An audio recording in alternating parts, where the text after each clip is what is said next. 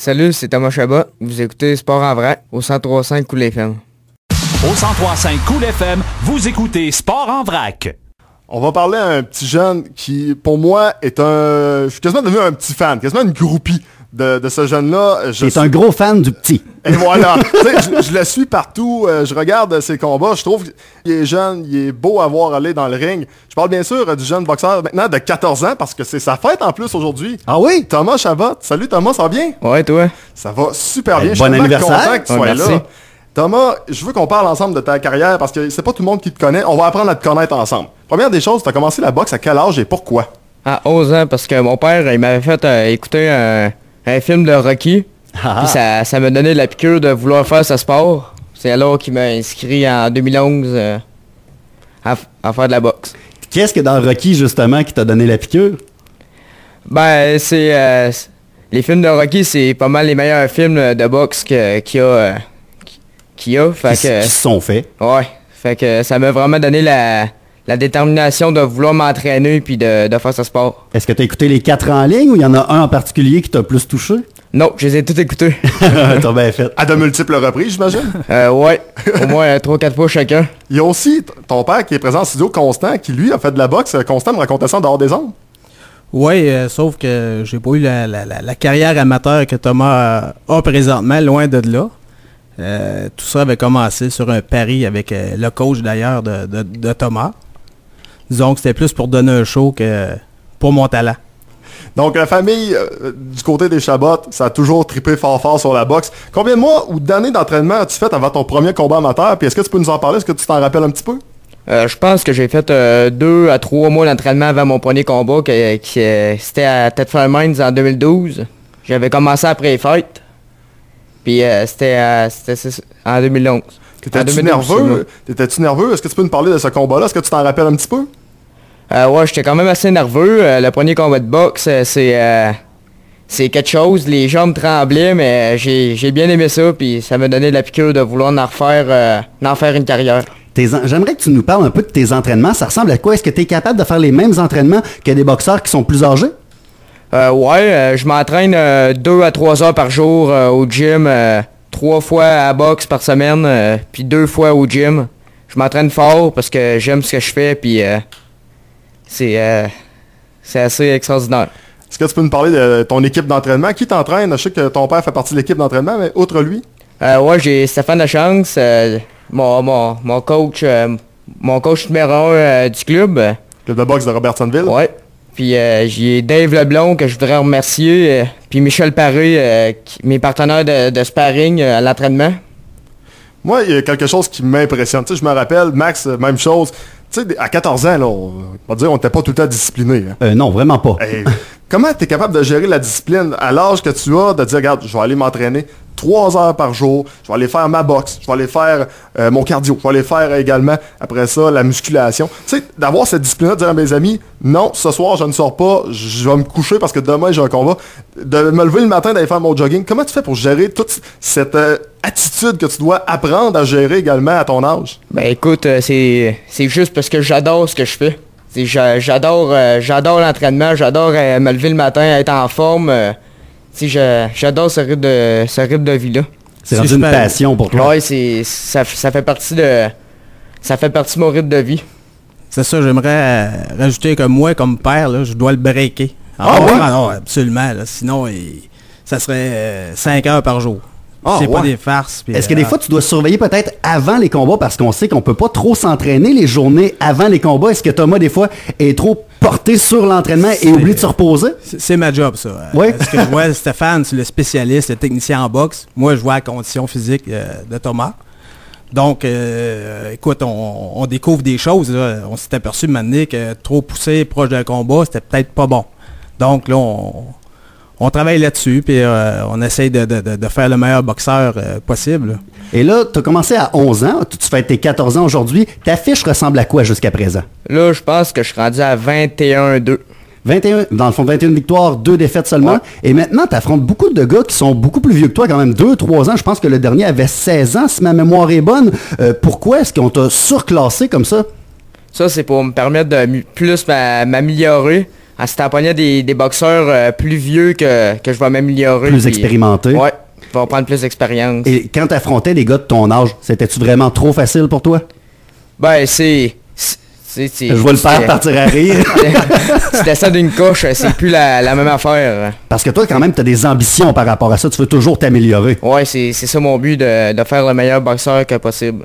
C'est ça, on voulait lui permettre de compétitionner. Ça veut dire, c'est une vision pas à court terme avec Thomas, là, on veut en faire un boxeur là, professionnel, si possible. Et puis on aimerait ça aller aux Olympiques, puis pro, puis c'est ça. Avec Stéphane, on en a jasé, puis on veut le faire compétitionner.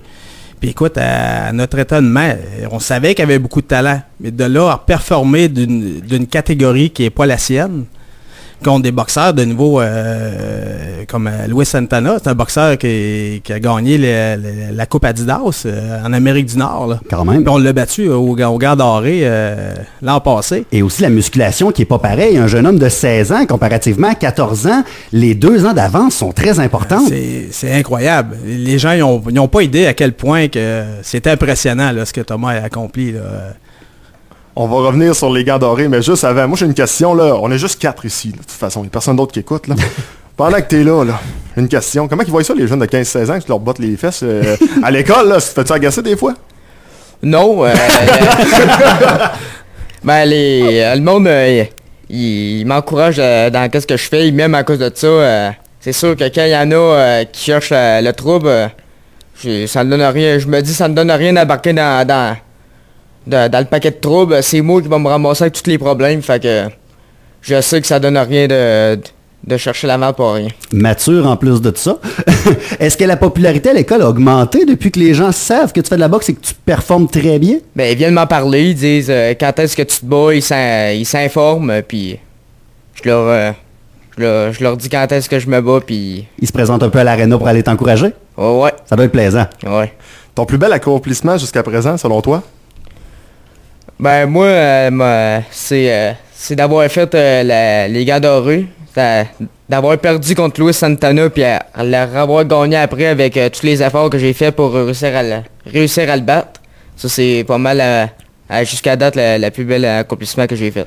Qu'est-ce qui a été différent entre le premier combat contre Luis Santana et le deuxième que tu as gagné au gants dorés? Ben, au premier combat, j'avais pas j'avais la technique, mais il fallait que je corrige quelques affaires que je voyais pas. Qu'on voyait pas parce que je gagnais tout le temps, j'avais aucune défaite.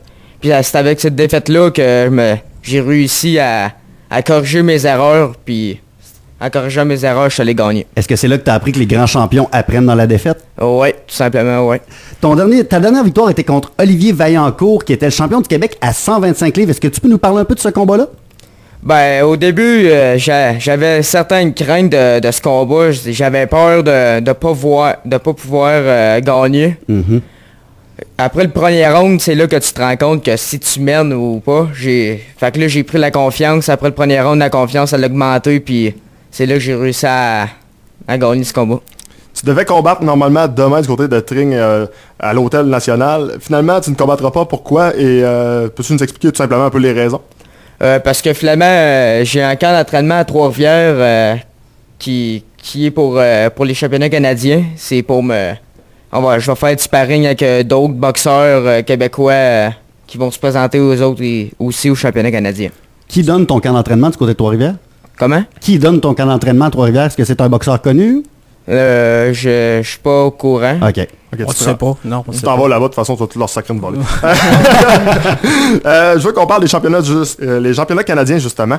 Ils vont avoir lieu quand? Et comment ça marche exactement? C'est un genre de tournoi, j'imagine? Ouais, c'est une compétition d'une semaine. Selon le nombre d'adversaires que je vais avoir, on ne sait pas encore combien je vais avoir de combats, mais si ça devrait être en 3 ou 4. Et comment tu vois ce prochain défi-là qui s'amène pour toi? Écoute, je vais me préoccuper, je vais viser le premier combat.